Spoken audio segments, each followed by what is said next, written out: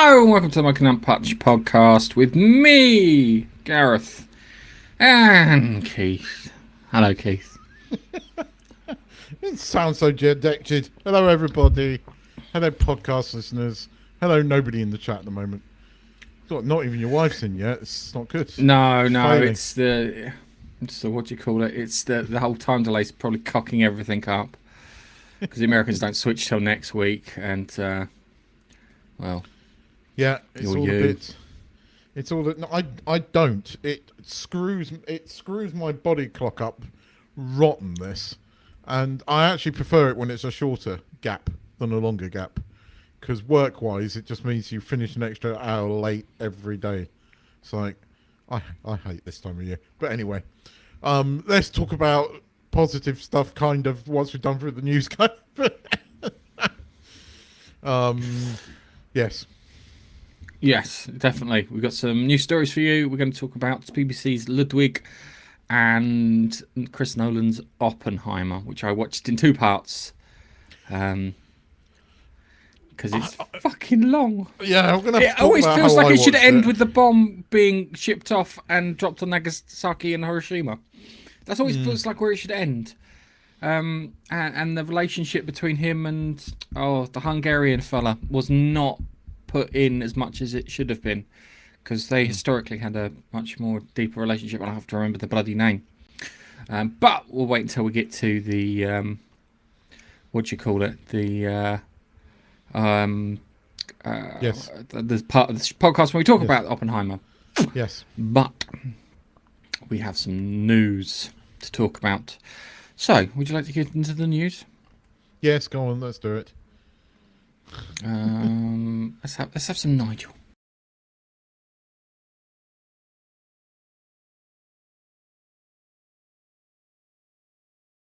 Hi, this is Nigel, and I'm talking in my lovely narrator's voice. Bask in its loveliness. But don't bask for too long. We need your help. Come to YouTube and watch our... I didn't press button. Oops. The latest update on the Rey Star Wars spin-off film starring Daisy Ridley highlights the continued challenges for Lucasfilm as the project recently lost another screenwriter.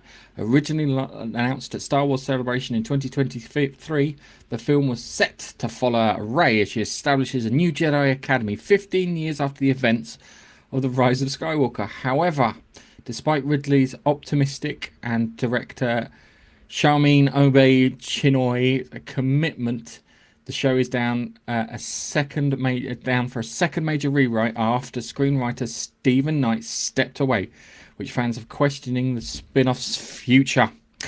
Or it's going to be a big pile of crap. I know Bifford's got some strong...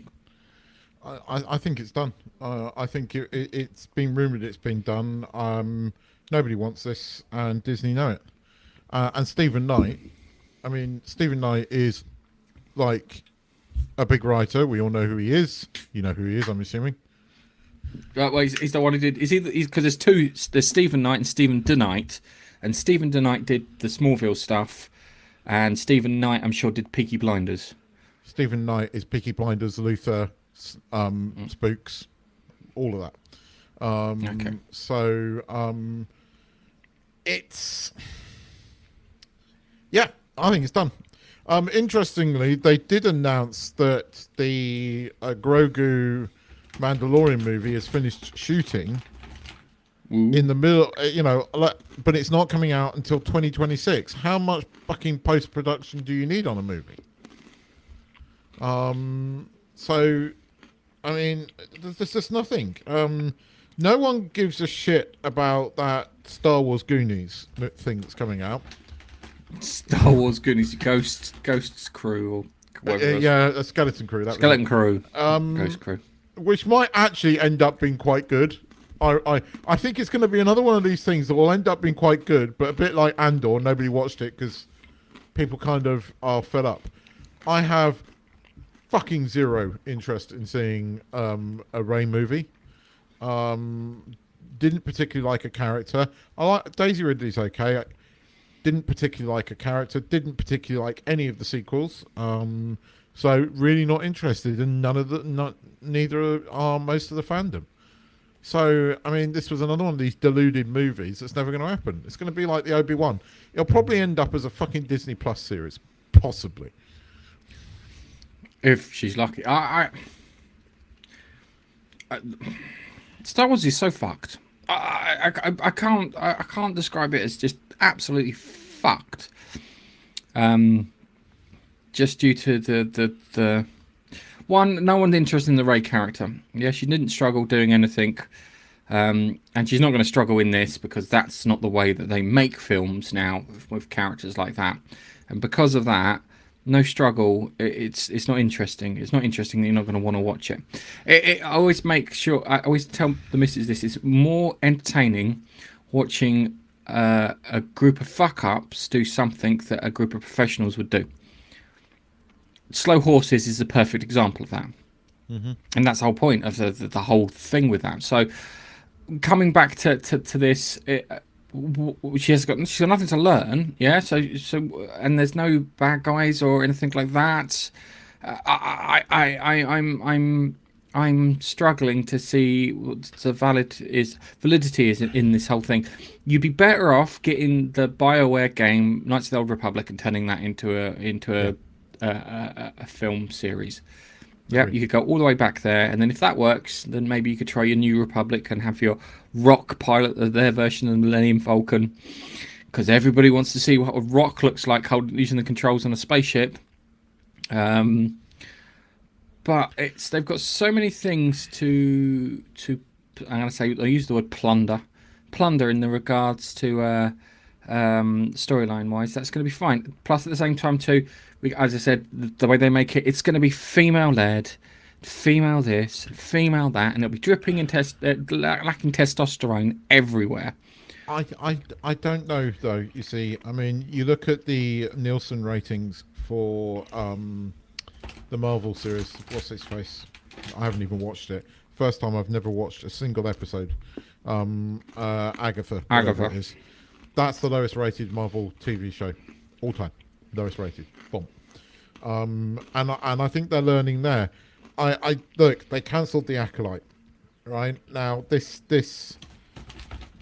shows me that at least they are aware now more than ever that, you know, and despite this outcry, which really isn't, I mean, it's what, 100,000 signatures. Ooh. You know, I mean, and a lot of that could have been down to bots and all sorts of things.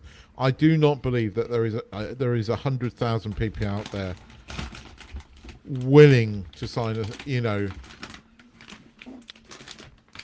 enough to go online and sign a petition to keep the Acolyte.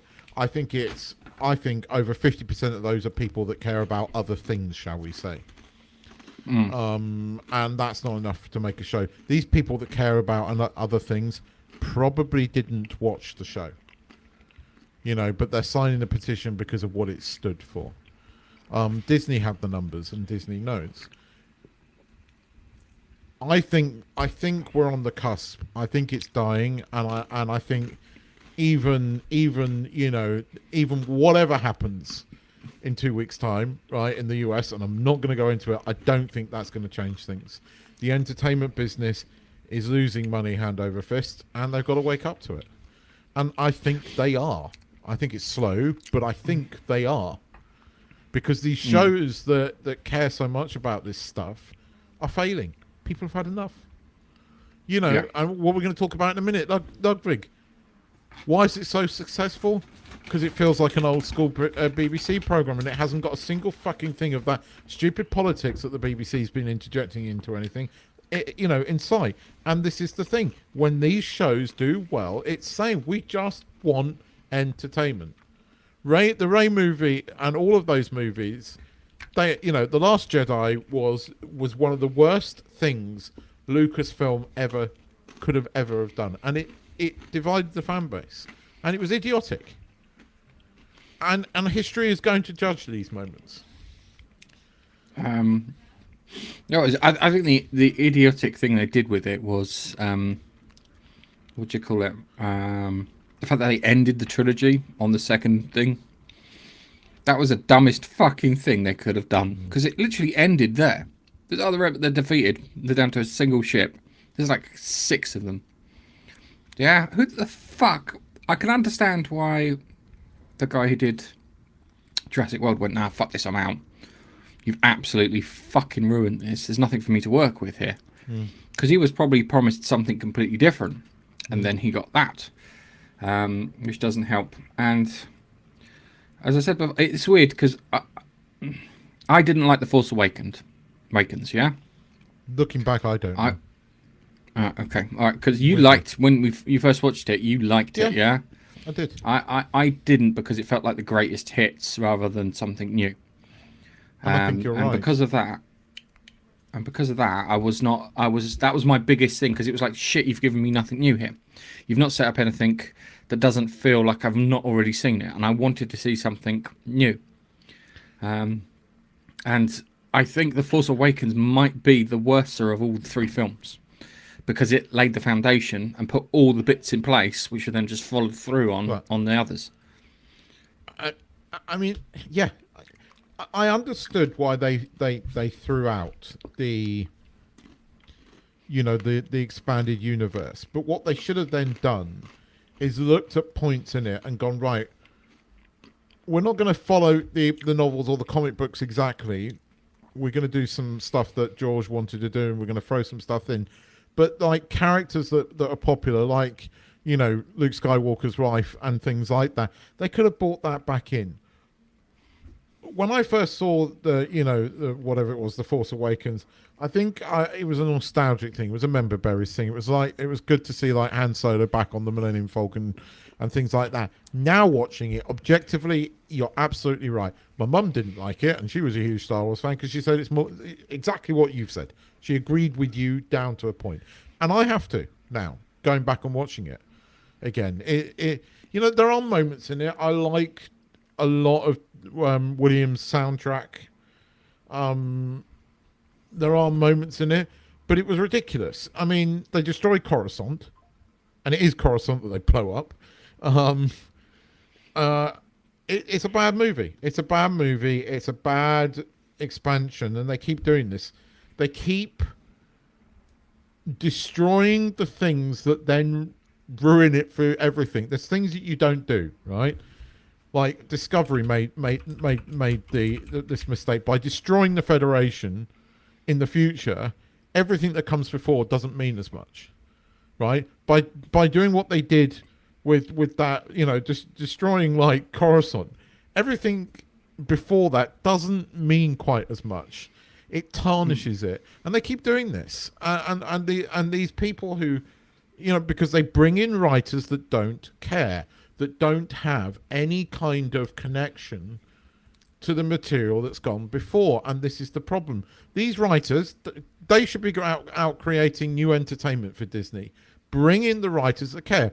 And the thing is, you see the difference on screen. Picard Season 3, when they brought in Terry Matalas, a guy that cared about Star Trek, that had some knowledge about Star Trek. And boom, what do you get? The most popular Star Trek in 20 years. It's not fucking rocket science, right? It's not what Elon Musk is doing with SpaceX. Bring in writers that understand the material. It just seems so, but that's not what they've done with Star Wars. And they go, oh, we're going to make Dave Filoni, but it was too late by then, because Dave Filoni's been smacked with the wokey pokey stick. So now, he's all fucking stupid.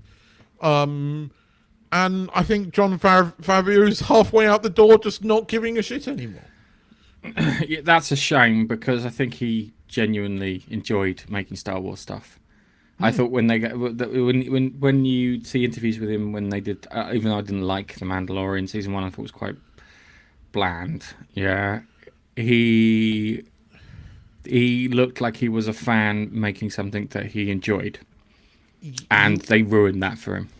You are absolutely right that season 1 is bland, and certain points season 2 is a bit bland in places, but it hits the correct nails on the head. The trouble is, the damage had already been done by the time The Mandalorian was coming out. They had already gone and ruined it with the trilogy, right? So this period where we're meant to get the First Order or whatever, that had already been set. If they hadn't bothered with that or gone down Lucas's thing, the world that they had to play in with The Mandalorian was huge and expansive, and they ruined that. And now, I still think, there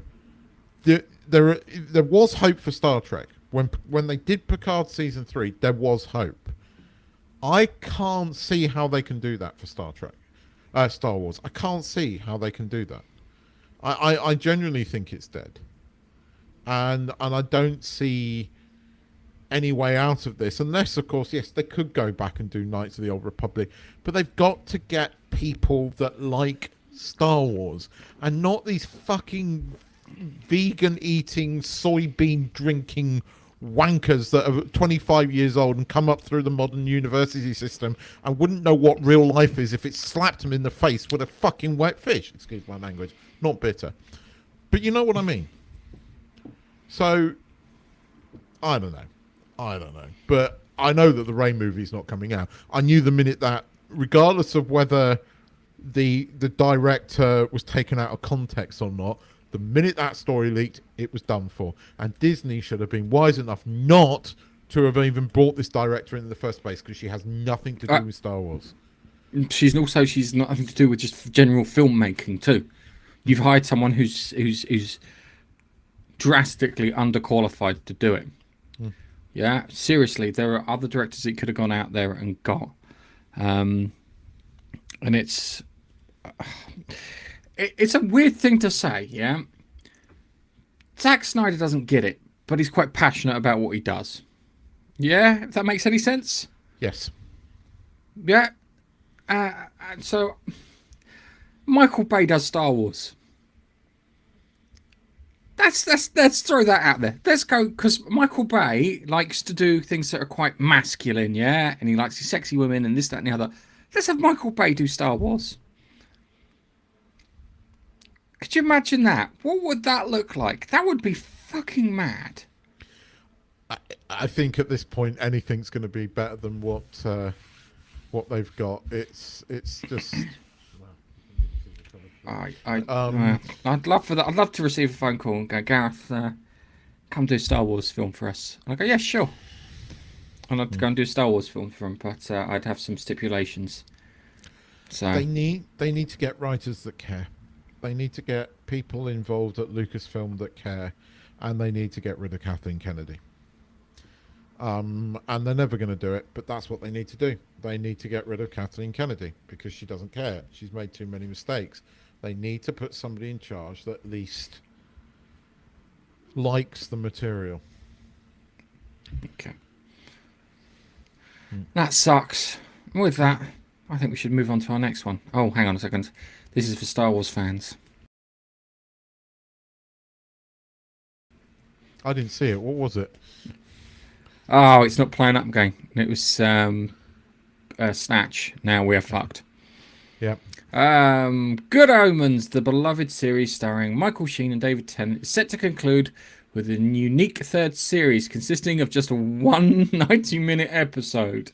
This finale will mark a departure from prior seasons, as Neil Gaiman, who's the co-creator, the show, co-creator of the show the book's based on with Terry Pratchett, will not be involved in the production.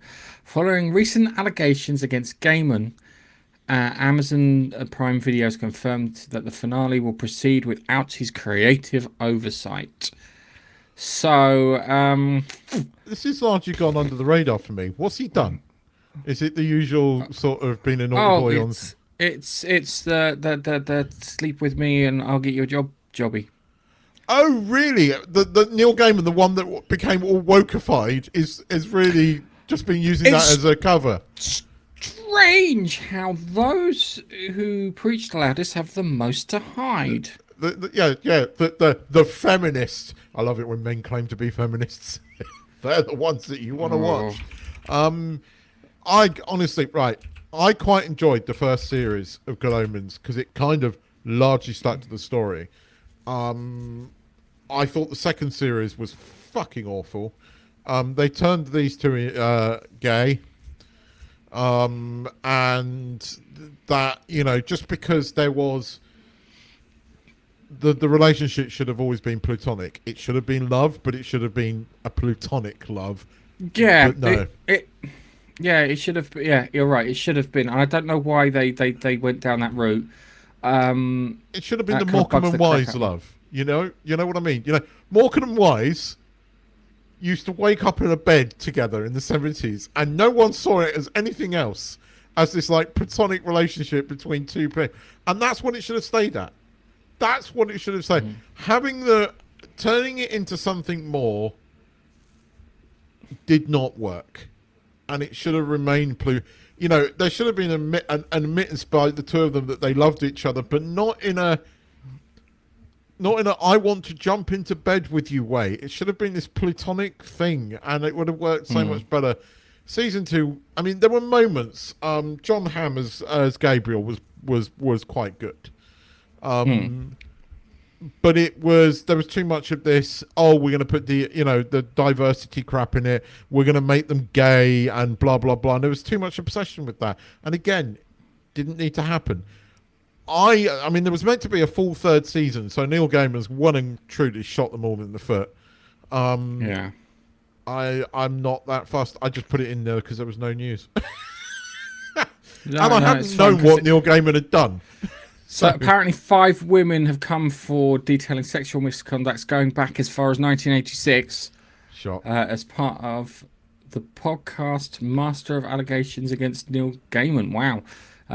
It's also a Disney Plus adaptation of his book, The Graveyard Book. And in August, Sandman. What's the other one? Sandman. Yeah, second season of Dead Boy Detectives, which is also based on one of his intellectual properties. It's like, I don't think there is a second season of Dead Boy Detectives. I think that got canned. That probably got canned for that. Yeah, but I know that Sandman season 2 is coming. Yeah, it's as you said, it's when these people fucking spout off this, that, and the other. They usually got something to hide, and they don't want to get caught out. And that always was something, and it's annoying because kind of had a bit of respect for him as a writer, and then he turned around and did the old feminist shite when everything was going down, and then you're like, okay, fair enough, you've done something. Clearly you've done something wrong. So anyone who says this has done something wrong, so I'm going to put down now, and it will probably take about 7 years to come out. I reckon David Tennant's done something wrong. He's suddenly become a little bit wokey, hasn't he? I think David Tennant's done something wrong, and because I know that Russell T Davies was always like this. Yeah, it's funny because John Barrowman wasn't. Yeah, and nor was Noel, whatever his name was, who played Mickey in Doctor Who.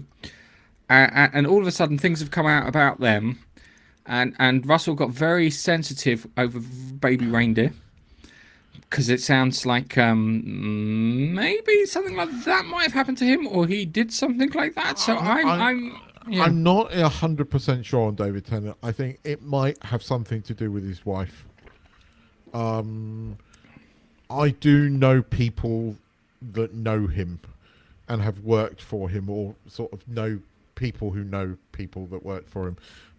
My sister knows a few people that sort of have worked for him. And they say that they're nice people. I'm not sure on David Tennant. I think he's just been smacked by the wokey pokey stick. I'm not sure that he is that way inclined. He seems to be a family man and a good father. I think it could be father of daughters and, a strong-willed wife that is known to be a bit wokey woke. And I think he's just been. But her father isn't. Stick. No. But I don't know now. I mean, these people just seem to get smacked by this. Look, as I said, 2016, the acting world lost its fucking mind. And I think there's just weird things all over now. And I think although I think it is coming to an end. So, despite what might happen in November, I think Hollywood execs are finally waking up to the fact that, as I said, the Acolyte thing is a pure example of this, that the outcry, I think genuine outcry to this, is actually quite small, and a lot of this is hijacked by far leftists who never watched the show in the first place, and I think Disney can see that, because despite the supposedly strong signing of the online petition, which is apparently more than what it was for Strange New Worlds, I think a lot of that is just people who've never actually watched the show, because let's face it, they've got the numbers, right? And despite what we said about Discovery season 1 and season 2 were quite highly rated, right? Because season 1 was new, right? A lot of people bitched about it, but people watched it to the end, right? Season 2, people watched it for what's his face as the captain, and he was so charismatic that people continued watching it. As soon as he left, season 3 just went like that. But Strange New Worlds, whilst we are criticizing it, is still much higher rated than Discovery. It is, and that's why they can't kind of make it. So again, I don't know. Acting people have lost their minds. I'm not sure about David Tennant. I genuinely don't quite. It'll take a while. It will take a while. Trust me. My gut tells me it's being loud for a reason. I watched Rivals, the thing on Disney Plus this week, actually, and the first episode was a bit slow, but I actually then got into it. He plays a real nasty bastard in that, and I mean, he plays a nasty bastard. Kind of gets his comeuppance, but he plays a nasty bastard. I actually quite enjoyed Rivals in the end, but it's a very English thing, but it was actually quite good towards the end. But he does play a nasty bastard in that. But I don't know. I genuinely don't know on that one. Neil Gaiman does not surprise me, right? But I can't help just thinking that Tennant. Every person who has come out hard on this always had something to hide. He's not that hard. He's said a few things, but he's kind of been set up to say those few things. I'm not sticking up for him because I think he's bonkers. And I think he's like, some of the stuff he said is really fucking stupid. But I don't know. You might be right. You might be. Or he's gay. So I said it'd take about 7 years. So I'll remind you of this conversation, which you'll forget. I say I don't know. I'm not prepared to completely no. I just want to it. say, I'm just so I can look in the camera and go, I called it. All right. That really is our thing, isn't it? Right, yeah, come on then. Let's move on to some more promising news. Yeah, all right, fair enough. I will describe it as more promising noise. Yeah. Did that work? No, but it might be working for everybody else. People in the chat, are you seeing the clips? Because it never works for me, so I can't tell.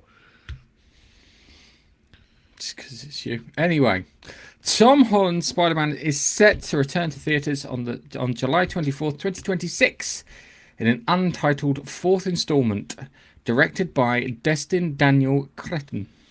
The movie will closely follow on the heels of Avengers Doomsday, releasing 2 months prior.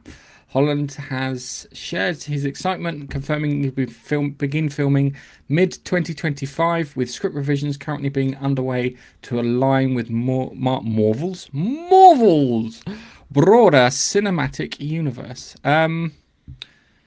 It's...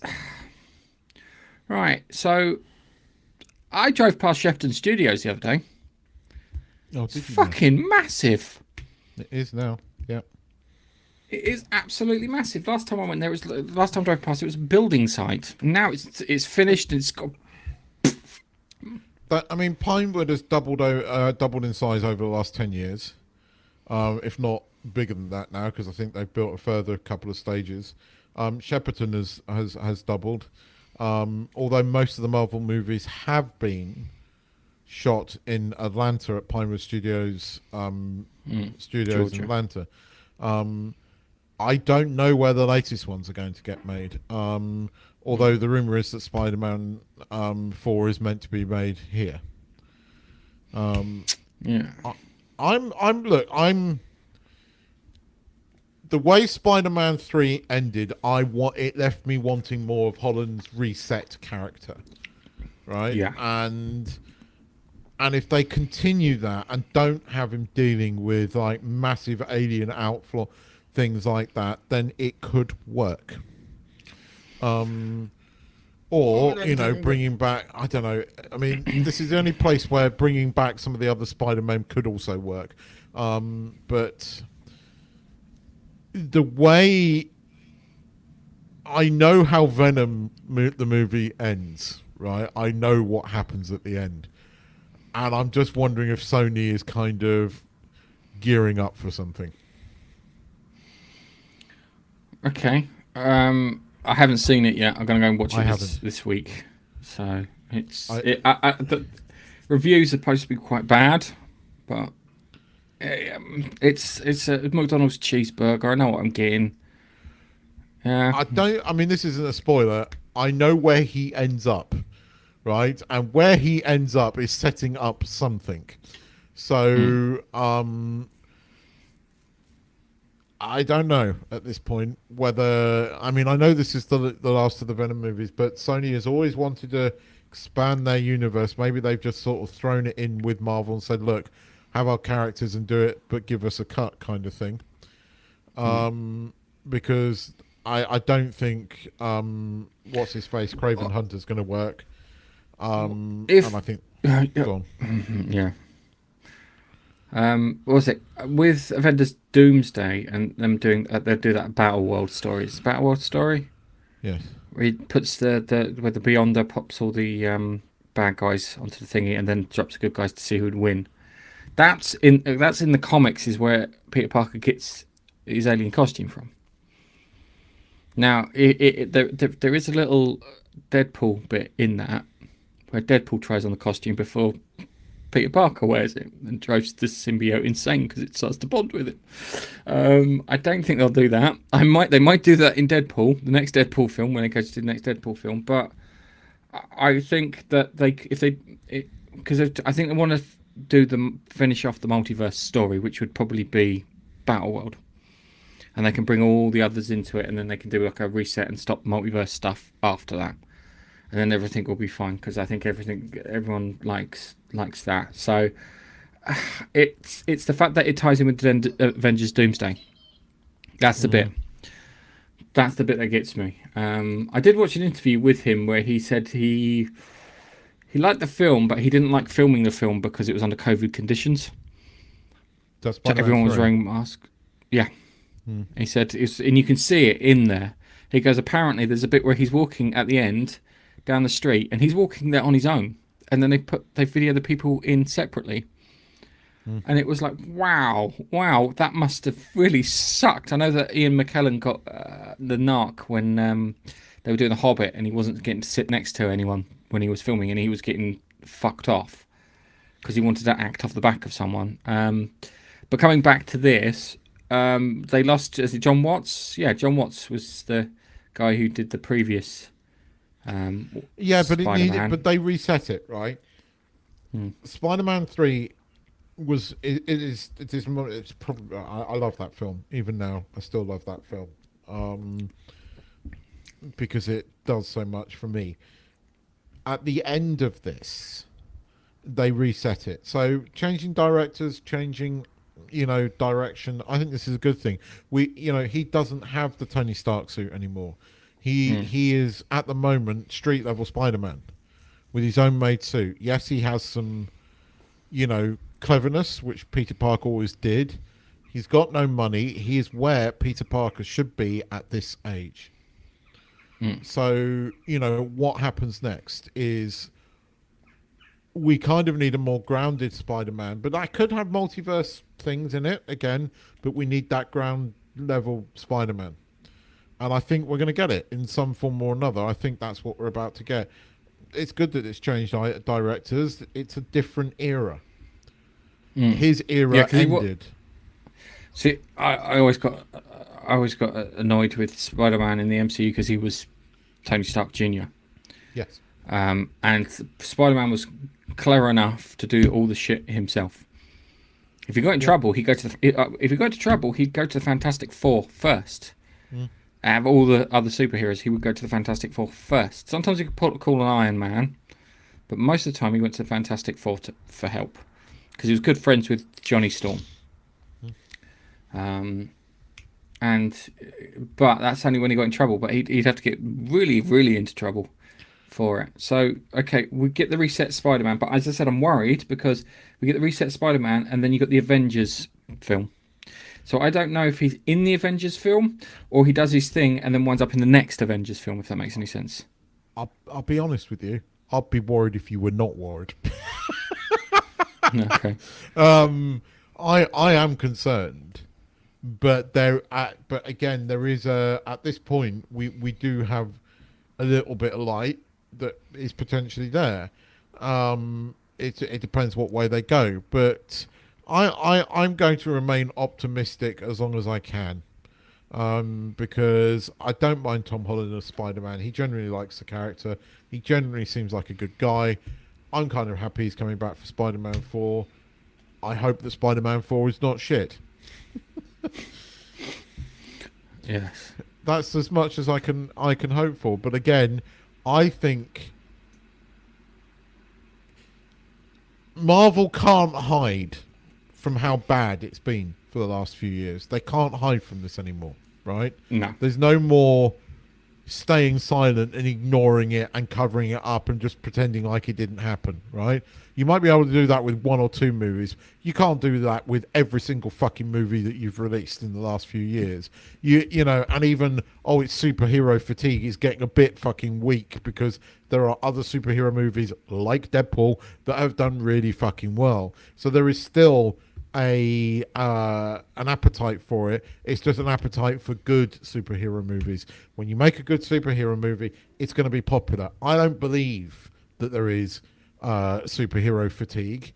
I believe that there is shit movie fatigue. And because when everything is shit, when the whole fucking machine is putting out shit, no wonder people are feeling like this. Superhero fatigue is bollocks. It is, because I really enjoyed Deadpool. I got my geek on when I saw fucking Wesley Snipes come out as that single-handedly. That was the biggest no fucking way moment, right? Because it was the one thing I was not expecting, and I got my geek on, right? And for that, I know that I'm not tired from it. I know that I can still get excited by these things when they do shit like this, when it's good stuff. So, was Deadpool 3 the greatest movie? No, it was the worst of the three. But you know what? It was still 10 times better than anything Marvel's put out. And that's saying something. Yeah. So, just make good movies. It's not particularly hard. Just stop casting directors and get the fucking geeks back. Get the people that wrote good movies back. Get the guy that wrote Ant-Man back. What's his face? Get these people back. We'll see what happens. There we go.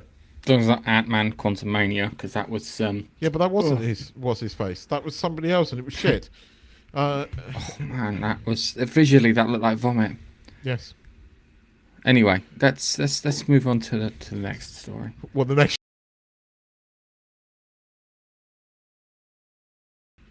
Yeah, Gareth, I am shocked. Yes. Marvel's Blade reboot starring Maya Hershey Ali has been removed from the Disney release calendar. Previously set for November 2025, this move follows CEO Bob Iger's announcement to limit Marvel films releases to a maximum of 3 per year. Initially facing numerous delays, including the loss of 2 directors, multiple screenwriters, and the impact of COVID-19, Blade is currently stalled with no clear release date, as Marvel pivots to focus on its other high-priority projects. It's not going to happen. No, it's not going to happen. You know what you want to do? Go get fucking Wesley Snipes back. Do Blade's last run or something. Yeah, seriously, do Blade's last run out. That's what they're trying to do. That's the rumor. That the outpour of affection and the fact that he still looked fucking toned, right? and could still act, and everybody was like surprised by all of that, right? I mean, he was pretty ripped in that movie. He looked pretty. He was skinnier than he was before, though. He was downside skinnier than he was. But he's a lot fucking older than he was before. The guy. I mean, he was still looking pretty fucking ripped, right? Yes, he could come back and play Blade. This was never going to happen, right? The minute he had that kind of cameo at the end of the Eternals, so he was kind of associated with that lump of turd, right? And we knew that the Eternals was never going to happen again, right? No matter how much they tried to play on the fact, oh, we're working on a sequel. Bullshit, you are. He was already associated with that world. The fact that they were going to make it a female-centric movie with Blade. Oh, my God. And the trouble is, I wish that I could not believe that, but I do, because I know what stupid these people are. So... It does not shock me. It does not shock me. And when this was announced, I was like, oh, what a surprise. It's not going to happen. He's left. He's had enough. And he's far too good an actor to be, involved in the script that was this thing. Now, if in the future they decide to actually make a proper fucking Blade movie, I'd still like to see him as Blade because he's a bloody good actor. But on the other hand, if Wesley Snipes is going to come back and do another Blade movie, I want to see that. Yeah, and it's. I like the Blade films. Blade films are great. There used to be the people at work who liked the Twilight franchise, and there's always those memes of Edward and Bella, and behind it Blade was standing, and it was just like that has to go. Let's give WhatsApp to them. Who's the guy they keep winding up who likes the Twilight movies on Friday Night Tights? Shad. Yeah, they keep winding him up about that. Talking before we go on, you know how last week when we did the story on the Wicked thing, and you said, "No, it's not going to be a story." It's a fucking huge story, and it's still going. It's still going. Have you not seen the latest? Right? She what's her face? Andrina Grani came out with a support, not support statement, right? Which basically said you're a fucking crazy bitch, right? Without saying it, right? And then the guy that created the original posters basically come out and gone, "Fuck you, bitch," right? And now they're full damage control, exactly like Snow White. And here's the thing, right? Here's how I know it's a big story, right? On all the social media, even the ones from the official studio, people are going, was excited for this movie, but fuck off. I mean, Desperate released a video this week. Like, Mirror's Edge, all of them are doing it. It's huge. Dappy bitch. Yeah. I don't like musicals.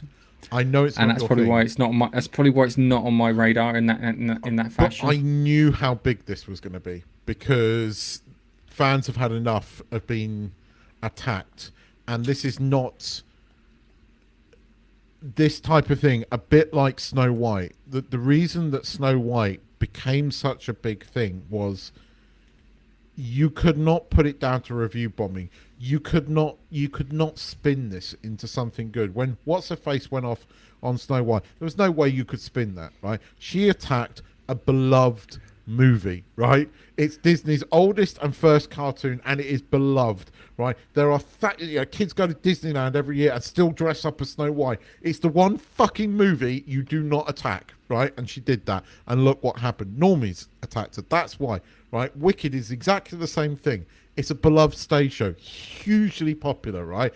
Got really devoted fans out there. And a fan puts out a poster from the original, which is loved. I knew this was what was going to happen. And now the movie is going to tank.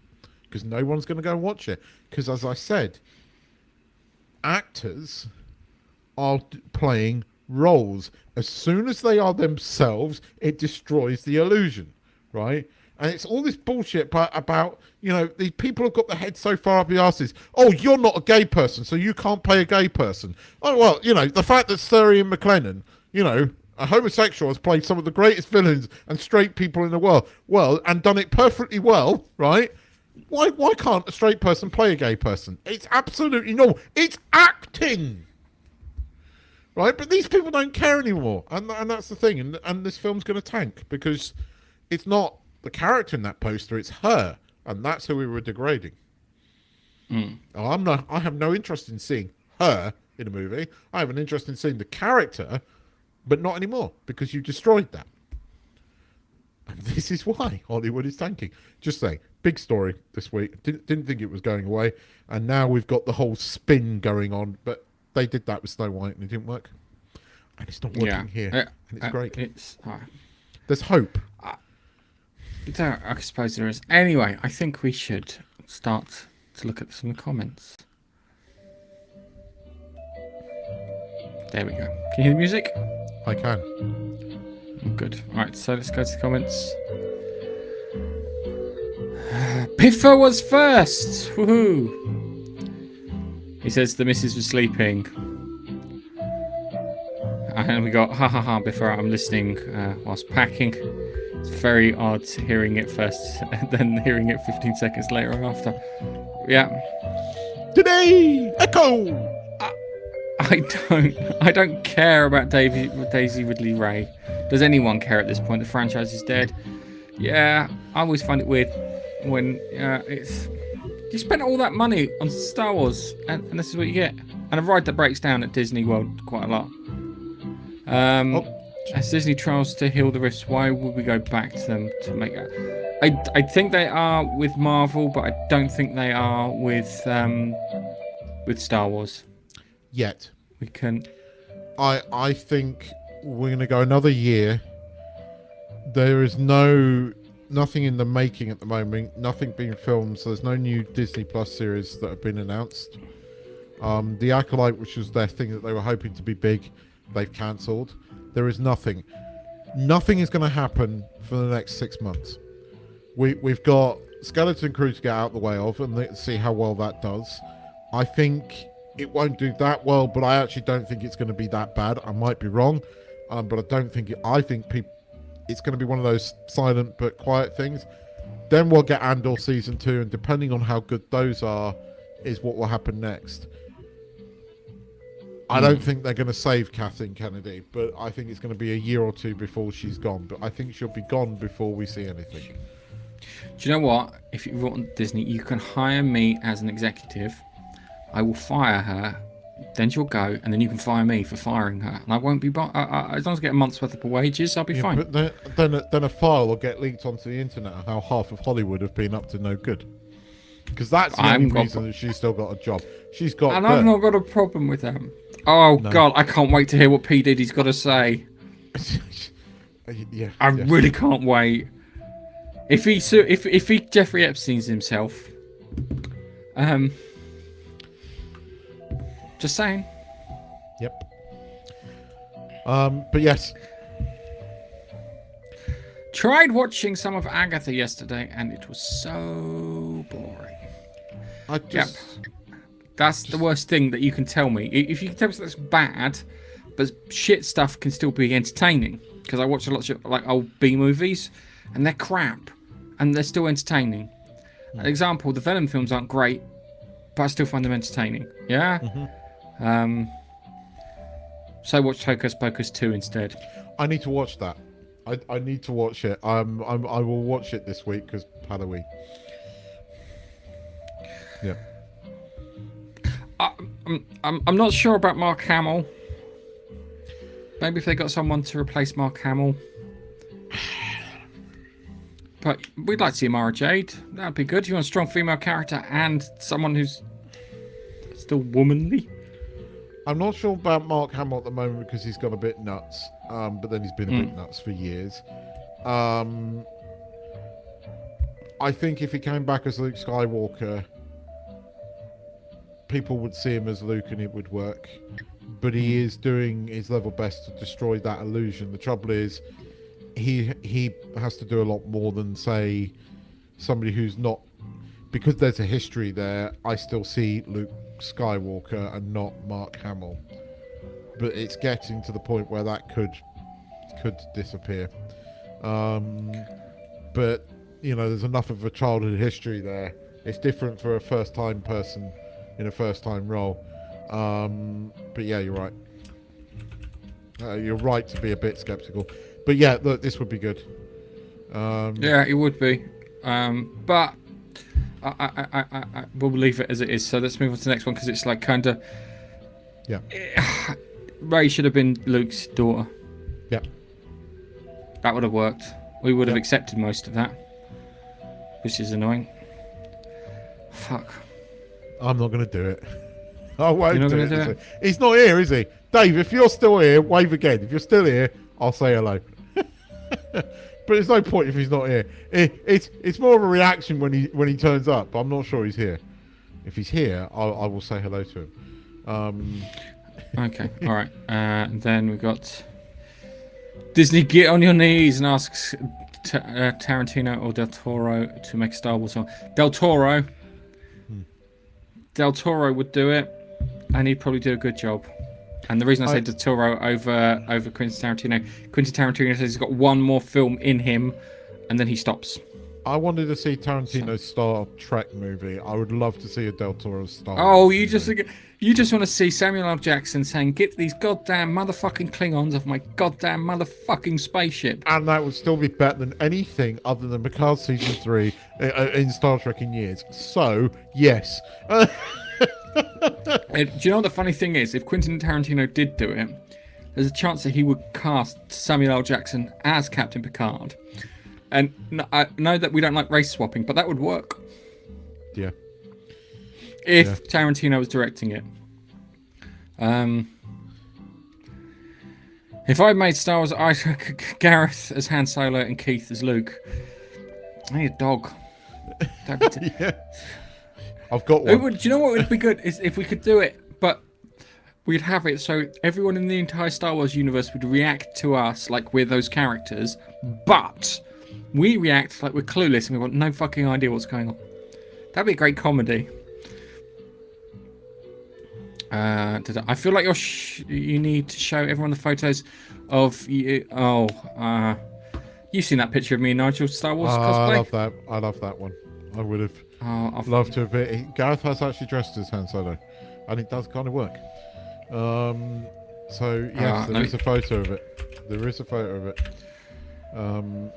By the way, yes. Biff has said that they are not working. So yeah, Melon's done a melon again. Melon's gone melon.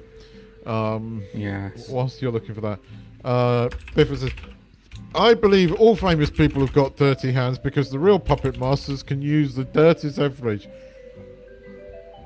Well, there's definitely... Kathleen Kennedy's definitely got something because there's no other way that woman's still be in the job. Not after tanking Indiana Jones and Star Wars. Homeless Seven Dwarfs. Yes. And afternoon, Steve. Hello, sir. We are a bit earlier this week because unfortunately your clocks go back, Steve, but mine don't. So whereas we used to start at 9:30 or 9:45 in the evening, my time, it's now 10 past 11. So, on a Sunday. So yes, anyway, that was pretty much all the comments. So thank you to everybody who's commenting. Yeah, hang on a second. And I'm going to dial down the music unless you've got the picture. Have you got the picture? You've got the picture? Hang on. Let's go wait for it to load. Come on. That's it. I've forgotten you were princess there. Yeah, that is. I remember that one now.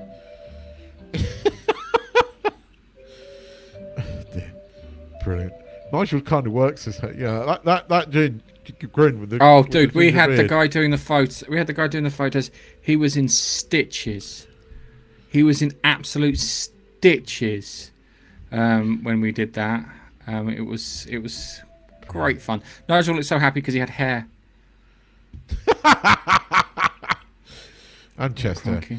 I don't know what chest you're googling. Google Photos. Google Photos to find my photos. So, talk about Ludwig first. Yes, I am. You know- I'm really pleased that you enjoyed this. Before we do it, I think we should do the following for the people Yep. who haven't. So let's do the trailer. John, you are the only person that can do this. DCI Taylor. Good morning. Oh, hello. Sir, I'm impersonating a police officer. Yes, but he's your brother. James didn't just vanish. It's a puzzle. Puzzles are meant to be solved. Well, there's sugar in it, which, as you know, is exactly how I like it. Cheers. And with a murder. But what if there's another one today? How often do people get murdered around here?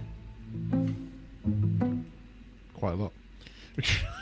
Quite a lot. So let's just start off. Let's set up the premise first. So it's one of these procedural detective series that you get on the BBC, and the premise goes as follows: you have this gentleman who is a puzzle creator for newspapers. He does puzzle books, he does cryptic crosswords, etc., and he puts all these things together. And he lives on his own, and he's quite a character.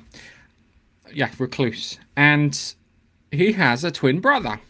And his twin brother is a detective in Cambridge. And his twin brother has gone missing. But because he looks so much like his twin brother, he's replaced him. And becomes a detective. And has to hold up the pretense for the whole of the first series, which is great. Because he's just, what was it? Have you done the dead person test? Or when they're in the Abbey. Not the post-mortem. Have you done the dead person test? Yeah, I remember. He figured everything out, but I couldn't remember the word post-mortem. Yeah, I liked that. And it's Go on. yeah, and it's played by David Mitchell, and I can't remember the actress's name. Shit. And it's got a load of other characters in it too, and yeah, it's got some great comic timing in it for things. But dead person test was something that always made me laugh every time I think heard it's it. one of the best things that the BBC's done in years. And the funny thing is that people have really responded to it. It's one of the highest viewed BBC dramas in the completely smashing Doctor Who, I might point out, right? Shock. But I liked it because they weren't ramming anything down your face. There was no motives here. It was just entertaining, quaint, very British, very innocent in many ways, and just genuinely entertaining and enjoying. It was I enjoyed it. It was funny. It was it was sad in places. It was funny in places. There was drama. There was everything It was just a damn good BBC. It felt like a BBC of 20 years ago when the BBC used to put out good drama. And unsurprisingly, it's got a season 2. Because everybody was like, you've got to make a season 2. You've got to make a season 2. Make a fucking season 2. They are. 6.2 million. Yeah. It's Double averaging that of Doctor Who. 6.2 million. But apparently, That's not including... the most it got was 7.4. Is that 7.4 including iPlayer? No, that was 7.4 overnight. Fuck! Right? All these fucking people, right, that have a go when we complain about saying how underrated Doctor Who is. No, you just don't understand. It's streaming these days. People don't watch live TV programs anymore. 7.4 fucking million people do. Because when it's good, that was its highest. They do. Yeah, it's just got slightly more viewers than Great British Bake Off. It was fun, and the whole I think I'm gonna miss that whole deceptive arc. Oh, I in the think second there's another season. one though. I think there's more to it. I mean, we don't know why he's got Why his all the brother stuff. disappeared. And we still don't know why the brother's gone off. And the brother was watching him. Spoiler at the end, which I perfect ending. No, I think we've got a new mystery, which is good, because you did have to finish that arc, but now we've got a different dynamic. I thought it was brilliant, because it just made up. It was the fact that he was pretending all the way through, and the worst thing is that the girl in IT spotted him, and she figured it out, and the others didn't, which I thought was quite amusing, that it wasn't him. But I like the twist that she turned out to be a bitch, because at one point, it's insinuated that the brother had a to do with it, and you're thinking, poor old wife and everything. And then that was all bullshit. Which I really like. Spoilers. We're spoiling the shit out of the show, but you should watch this wherever you are. If you're listening to this podcast, it's available on the iPlayer if in the UK. And there's other ways of getting it, but it's brilliant. It generally is brilliant. It's entertaining. As I said, the music. I liked the music. I liked each of the murders. And how they were done. I genuinely did enjoy the one. The one that got me was the tour guide. That was the one that I was going, well, why the hell? That was the one. I kind of, you knew the motive for all the others, right? The guy that got killed in the first one, not that the episode really focused on that, but you knew he was a bit of an asshole, right? But the tour guide didn't make any sense. The guy that got thrown off the fucking building site, total asshole, right? IT bird, bitch. All the others, but the tour guide generally didn't deserve it. And again, it was a bit sad, that one, but yeah. I liked the one with what's his name? Played I Claudius and the Master. Yeah. The Jacoby. Thanks, Carl. Not now. He played. Hang on. He played. He played. It was Derek Jacobi, and he played the teacher that would mentored him, and it was great because he got to the end, and as he's chatting to him, he goes, "Why are you pretending to be your brother?" I love that. It was just great because he's sitting there, and the first time he meets him, he's not quite aware of he doesn't think he's quite aware of what's going on, and this, that, and the other. And it ranked 4th in the ratings. It was underneath two lots of Strictly Come Dancing. The Great British Bake Off apparently it's just slightly under that for the last episode that aired. It was ranked 4th for that week. That doesn't surprise me. It was above Coronation Street. It's never going to beat Strictly. It's never going to beat British Bake Off because those are shows that a lot of people. But drama very rarely does that. But this is the best BBC drama in years. Don't get me wrong. I know that I quite like the what's his face spin-off series. The one that you like. The spin-off I quite like. Oh, the Death in Paradise one. Yes, Beyond Paradise. I like Beyond Paradise. That's quite good. But again, that's an innocent show, and I quite enjoyed that. Although I find the wife or the girlfriend irritating at times a little bit. But this was just something that was new and different, but felt like something familiar. And David Mitchell was just fantastic. It was just really good in it. What's this? I love something for keeping like. No, you are never.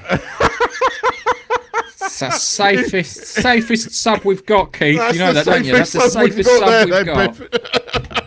The safest sub. I nearly put down the phone on my dad the other night because he said he fucking enjoyed it. I was like, how the fuck do you enjoy this? Seriously. He's like, he got me going because I was getting really angry. He's like, Gandalf's not even fucking alive in this era. So I don't care about that. I lost my shit with him the other night for it. It's like, Dad, you could have told me I'm not your son and that would have been better than this. Told me I was adopted. Yeah, that would have been better than this. Oh, I quite like the Rings of Power season 2. What the fuck? I don't. My dad liked Star Trek Discovery and won't watch The Expanse. I'm just like, what's wrong with you, man? But then again, my dad's favourite TV shows are. My dad's favourite programs are When Bridges Go Bad and When Cranes Fall Over. So, But When Bridges Goes Bad could be quite amusing. oh, that is quite amusing. Plus, he likes Skinwalker Ranch, where it's like kind of he goes and then the battery stopped working on it because he didn't charge it up. You fuckwit. If you plugged it in and goes, oh, it's not charging, then the battery probably died. The rechargeable batteries do die. I know this. I've got rid of loads. That's why I don't like Teslas. Don't get me started on Teslas. But I'm glad I'm really glad that you enjoyed Ludwig. I'm really pleased that you got into that. That's I knew you would like that. My faith in the world is still there. I'm glad that you enjoyed that. It's really pleased me actually. I'm just going to show you the viewing figures for it because you can just see where it was 4th overall in all British TV. Yeah, that's monumental, especially for a BBC drama these days. Look there you go. that. Look, 4th. That's brilliant. That is brilliant. Yeah. Well, it's going to get a season 2. I'm looking forward to it because I think then it does need to shake it up slightly, and it has done. But I liked the ending of the first series where he is now, working as a consultant, and he's still doing the same thing. It's going to shake up the dynamic. It's going to be more interesting because there's still the mystery of the brother. So, yes. Now the question is the brother going to come back and pretend to be him? Well, I had a thought on that. Yeah. It's going to be interesting. I'm looking forward to season 2. I have to admit, and because it's a BBC drama, and if the BBC pull their fucking fingers out, we'll have a season 2 next year. Unlike streaming shows, which take 3 years, between fucking seasons for no apparent reason, which is why I quite like what's his face, Slow Horses, because we don't have to wait for that.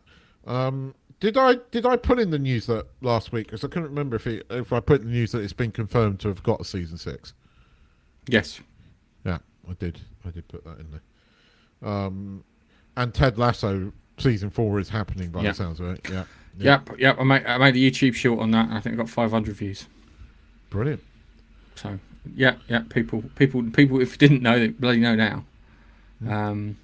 So yes, it's all good. All right, Ludwig was good, puzzles and everything. There was some nice heartfelt moments towards the end when he kind of talks to the police genuinely. Yeah. Because it looks like his sister-in-law had been set up for murder, which was nice. I don't want to ruin it because it's a good TV show to watch. So let's talk about Oppenheimer, shall we? One thing. It's a fucking long film. It's too long. It is. I always feel that it should have ended when the bomb goes off, and it didn't. I watched it mostly. I started watching it on Friday, finished watching it yesterday, and then watched the middle bit again because of the way he does this timey-wimey bullshit, which in this film does not work. Right. Yeah, because what he does is ironically, he starts off and he calls one part fission and the other part fusion. Yeah, and if you know anything about nuclear fission versus nuclear fusion, you get bigger bangs from fusion, even though the fission produces more micro electron volts, which is what I always find weird. And they kind of miss out the relationship he's got with the Hungarian scientist. Because that was always quite key. Yeah, is it good? Is it a bad film? No. Is it a Chris Nolan extravaganza, big spectacle thing? No. Is it a character piece? Yes. The performances are amazing. Where was Michael Caine in this? Michael Caine wasn't in this. No, there's no Michael Caine. But I watched the middle bit again, and then that made more sense with Strauss. But I don't think this was the movie to do the timey-wimey bullshit, even when you're throwing in black and white, because I had to watch it twice, and it's already a damn long movie just to understand certain things. Maybe it was the mood, I don't know. But I think his performance as Oppenheimer is amazing. There are genuine moments in it, but again, he has a point. When the test happens, he makes a point of not showing the mushroom where it's the full screen, where the sheer awe of it. It's more character driven at that point, and you don't get the scale. And all right. Can I just remind you of the joke that was running throughout the press releases for this? What, that he actually made a bomb? It actually got the US to blow up do an actual nuclear detonation so they could film it. Yeah, that's bullshit. I know. But I love the ending. I still like the ending. I think the ending and the conversation between him and I think the only timey-wimey bit should have been the bit I do like is the bit at the beginning where he is talking to Einstein, and you see it from Strauss's perspective, and then I think you should have got it from the other perspective at the end. That would have worked without and the rest of the movie being a bit more linear. I am going to put one thing in there: the reveal of Strauss as the bad guy through the guy who played Han Solo in the Solo Star Wars film. Yeah, the reveal of him as the bad guy, that actually worked for me. It does work, yes. Because the moment because you're with that character at that point in time. Oh, hang on a second, you fucking orchestrated the whole thing. Because we, at the point, from a watcher's perspective, we didn't know that. Yeah, and I like that. And then there was, it was interesting in regards to what they were doing, and Oppenheimer is a bit of an odd character because he did get a bit fart huffy, shall we say, towards the latter part of his career. Yeah, and I think Einstein, that conversation he has with Einstein, where he talks about, when you gave me that award, and we sat down and we had a salad, potato, and salmon, and the whole thing of me giving that award is not for me, it was for you guys, yeah? Meaning, I've done what I can, it's your turn to do your shit now, you're going to have exactly the same thing happen to you. And that kind of spoke to Oppenheimer's behaviour towards the latter part of his career.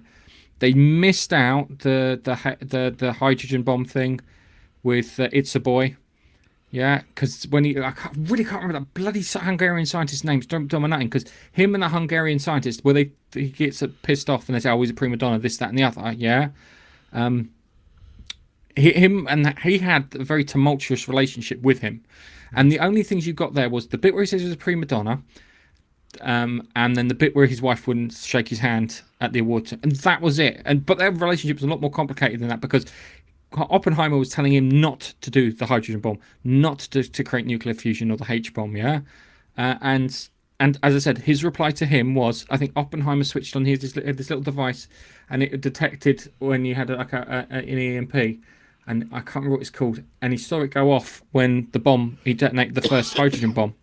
And he just gets a telegram back from, he goes, "It's a boy." Because he managed to get the hydrogen bomb working, because he was talking about using deuterium, and the Germans were going to use deuterium for their nuclear weapons program, but because the fission is easier to achieve than fusion, and you probably need to do fission first so you can understand how to do fusion. It's they missed that kind of bit. That pissed me off, because I know more about that part of history in Oppenheimer than I do everything else. Yeah. And I know that they were going into the whole the communist aspect of it, because that was a big thing back then, yeah. And Hollywood always got that communist bit wrong.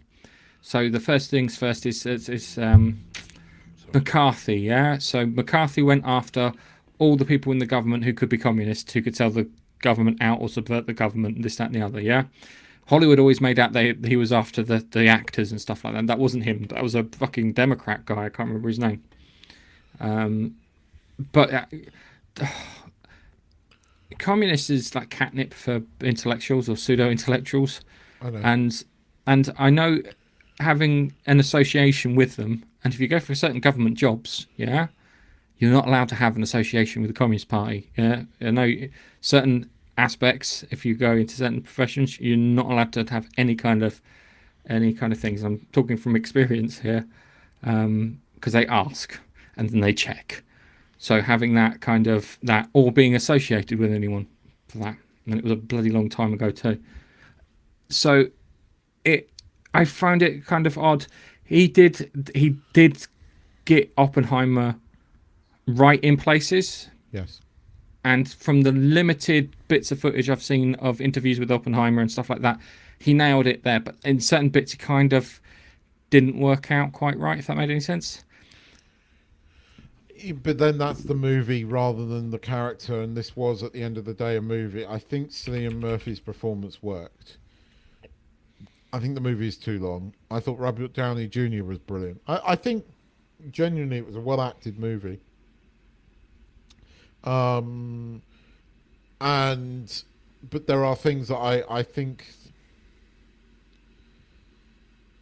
again, I was expecting to see more when the test happened, and I didn't see that. It didn't, for me, again, show the scale, and it didn't show what the actors were reacting to very well. You see, this is the thing in both this and Dunkirk, where they are reacting to something you are not seeing or not feeling. And again, you don't feel the scale of that test. And they should have played more to the fact about igniting the atmosphere and built the tension that way. One thing I did learn that I didn't know about it was the lights. Why did it have the lights, for the test? And I hadn't known about the plane flying over and testing that as well. I didn't know about that. And I found that quite interesting. Truman was wrong. I mean, Gary Oldman turning up as Truman was good, but that wasn't Harry Truman. And I don't believe that Truman would have said that like that. Truman was a much more refined, quiet person. So I find that I don't think Truman was accurately depicted in this film. From my understanding of history anyway. But I thought about how Downey Jr. was brilliant in the film, as I thought Cillian Murphy was. The trouble is, it is too long, and you lose thread. And the thing is that because of the timey-wimey stuff as well, there are throwaway scenes that are actually really, really important. Like, you don't understand why Strauss has got it in from him, because that court case where Oppenheimer makes him look stupid is a throwaway 2-second scene. And you forget about it. And that comes back to Oppenheimer being at that point in his life where he was huffing his own farts. Yes, I know what you mean. Yeah, and it's like always the expression that pride comes before a fall sort of thing. And you're right, they didn't play on that too well. And that, I mean, as soon as I went back and watched that middle part of the film again, the ending made much more sense and was much more impactful. I don't think technically this is his best film. The music actually this time round had more of an effect on me. And there are bits where he's having those panic attacks and the stamping of the feet and all of that works. But again, it's out of sync with the movie. I think his time, as I said, we're calling it the timey-wimey because he's obsessed with this and he does it in every movie. It's overused here. And I think this movie would have worked better being a bit more linear. It's a lot clearer because of the black and white. Yeah. So when you're in a different time stream. Because you get the same damn scene. because at one point it's in black and white when it's from Strauss's perspective, but in the same scene, when the perspective switches to Oppenheimer, it's in color, and it's the same time. So even that is no, because it's what you when call they're it. discussing the hydrogen bomb. Yeah, when yeah. they found out that the Russians have tested. It's a perspective thing, yeah, because Oppenheimer can see in color because his view on the world is more nuanced.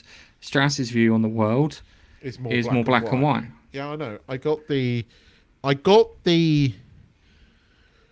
I understand the metaphor, but I just don't think the timey-wimey stuff works as well here in this movie, and the thing is, you've got to remember that there's sensitivities around this movie, and I sometimes think that Nolan forgot about those sensitivities and went into no.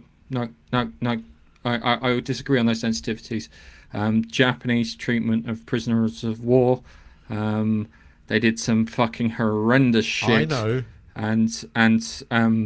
And you know what? We shouldn't be as kind to them when they've done things equivalent to what was done in concentration camps. And everyone knows it. And there were a lot of US vets who weren't happy with the way that they've been perceived. There was an interesting line. I understand where they arrested the Japanese descendant US citizens, because that's wrong, because they are US citizens and they should be treated as such, and interned them. But in comparison to what the Japanese did, the Japanese wound up their own population to the point that mothers and children were committing suicide. I'm not talking about those sensitivities. I'm talking about that there was a lot of Japanese people still sensitive about the fact that there's a film about Oppenheimer, because regardless of what the governments and the soldiers did, it's far more nuanced than this. But there was one interesting line in the movie about the Tokyo firebombing. Which was, yeah. Ironically, we killed more people. Yeah. Yeah. And killed that's more in people. The movie. But again, despite all of those criticisms, it's not a bad movie. And in places it's a great movie, but it's not entirely a great movie, if that makes sense, because it's not without its problem. Having seen it a second time, my opinion on it has changed. But I had to watch the middle part again,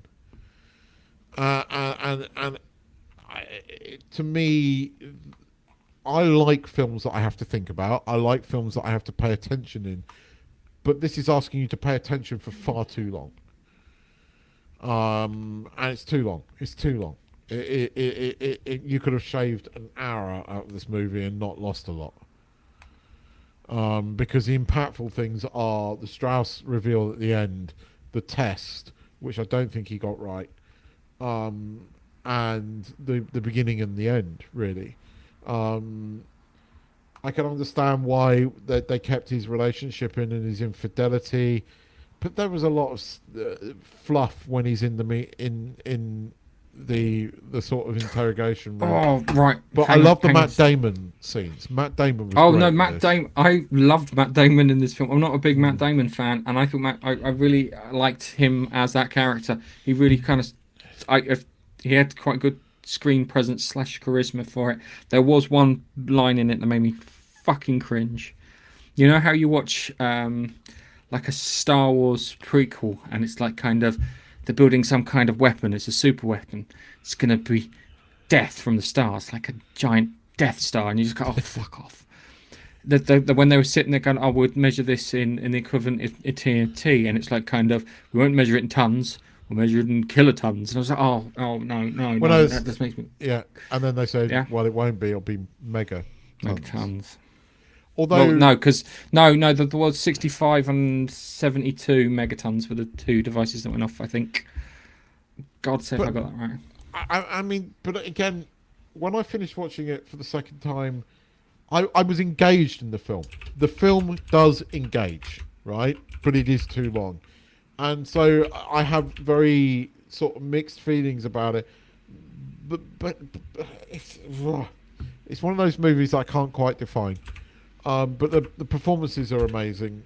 The movie is engaging, certainly, and in places very much so. I like Matt Damon's character in this. I liked a lot of the cameos and people that turn up in this, and it has brilliant moments. I just, it's too long, and I think that's probably its biggest problem.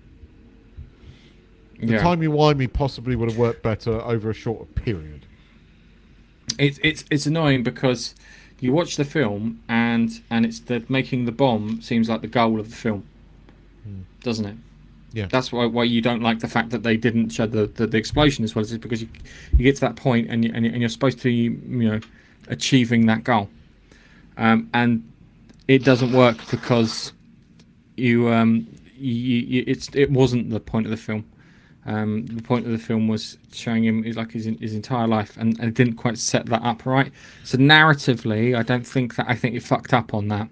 Yeah. It felt like it was 50 minutes too long. I think that's very. You've articulated it better than I could have, and I think you're bang on the money on it. We'll have to come back to this when his next film comes out, which. Apparently is also going to be starring Matt Damon again, so it's not James Bond. Some vampire film at the beginning of the 20th century. Is it? Yeah, it's supposed to be some vampire film. Beginning of the 20th century. I'm looking forward to it. That could be. Yeah, I know. I didn't know that. Didn't know that. Hang on, let me just check because I'm sure that's what I heard. I've heard various rumours. Oh, he's Sir Chris Nolan, by the way. Is he Sir now? He's Sir Chris Nolan. Oh, is he a Sir now? Well, I mean, he's kind of earned it, I suppose.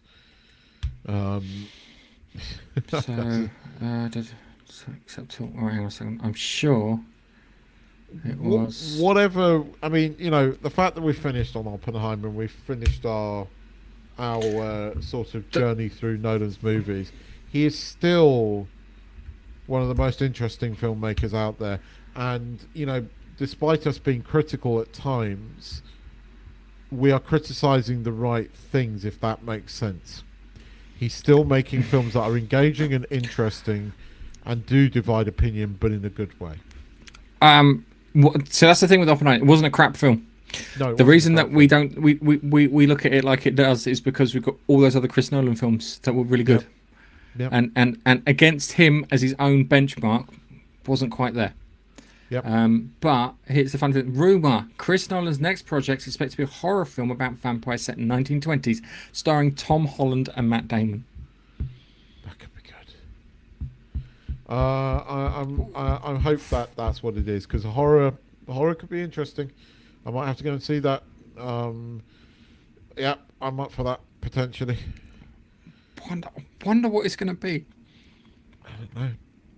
Maybe it's going to be the unexpected sequel to the 1990s Van Helsing. It could be the broccoli. I know that the James Bond thing is that they have no intention of making one at the moment, and the rumours are they're just waiting for all this woke bullshit to go away so they can bring out a proper Bond film again. I think they should just bring out a proper Bond film. It'll do well. Keep saying. Do it now. There's a thirst for it at the moment. $1 billion Bond movie right there. Ignore these people. These people that are not very loud. Yes, this acolyte thing is, but people don't care. There isn't actually a huge outcry about the acolyte getting cancelled. It's just idiots, and it's noise. It's noise that people are filtering out. That's the most amazing thing. We all knew when there was that thing about getting Strange New Worlds made, right? We all heard it. It wasn't noise. There were people there. When they were trying to genuinely save shows that people cared about, right? It wasn't noise. No one cares. No one cares. So I think, give it a couple of years, we'll have another Bond film. But Oppenheimer is. I'll give you that too. I think Oppenheimer's on the lower part. It's on the if I just good Nolan films and bad Nolan films, it's the bad Nolan films. But as I said before, it's not what do you call it? Film. It's not a bad film. No. That's the thing. That's the weird thing. Yeah, anyone else who made this, they would go, wow, this is amazing. Yep. But it's one of those things because it's what do you call it? It's Chris Nolan. He's got. I never felt I wasted my time. No. I am critical of it, and I'm criticizing it because that's what we're meant to do here.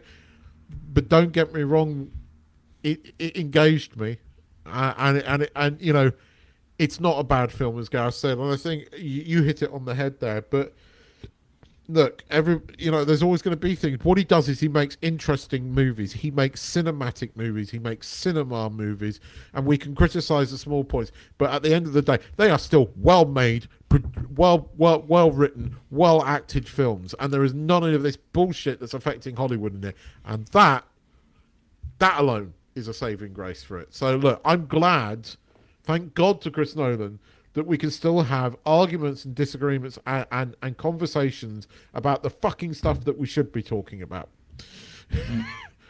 So, True. Yeah, God bless Chris Nolan. This has been the best one we've done so far in terms of watching movies, because I've genuinely enjoyed this, because it hasn't all been like hugely like I loved it. That we've had some really good conversations about this, and that's what I've enjoyed. So, well done, sir, for this choice. I applaud you. We made it. We made it. We've got our next stint to do, but unfortunately, I will not be here next week, as I will be in Iceland. Throwing himself into a volcano. I'm not going to throw myself into a volcano. If I get stranded on Iceland because of a volcano, I'll be annoyed. But I won't be here next week, so we're not going to be doing it next week. So apologies now. But we'll be back, and hopefully we'll have some things to watch. I think Silo should be back by that time, or is that am I too early for the Silo? No, it's middle of November. There's nothing you're interested in. Oh, middle of November. Nothing that we talk about on here. There is a show that I'm partially looking forward to, but it's nothing.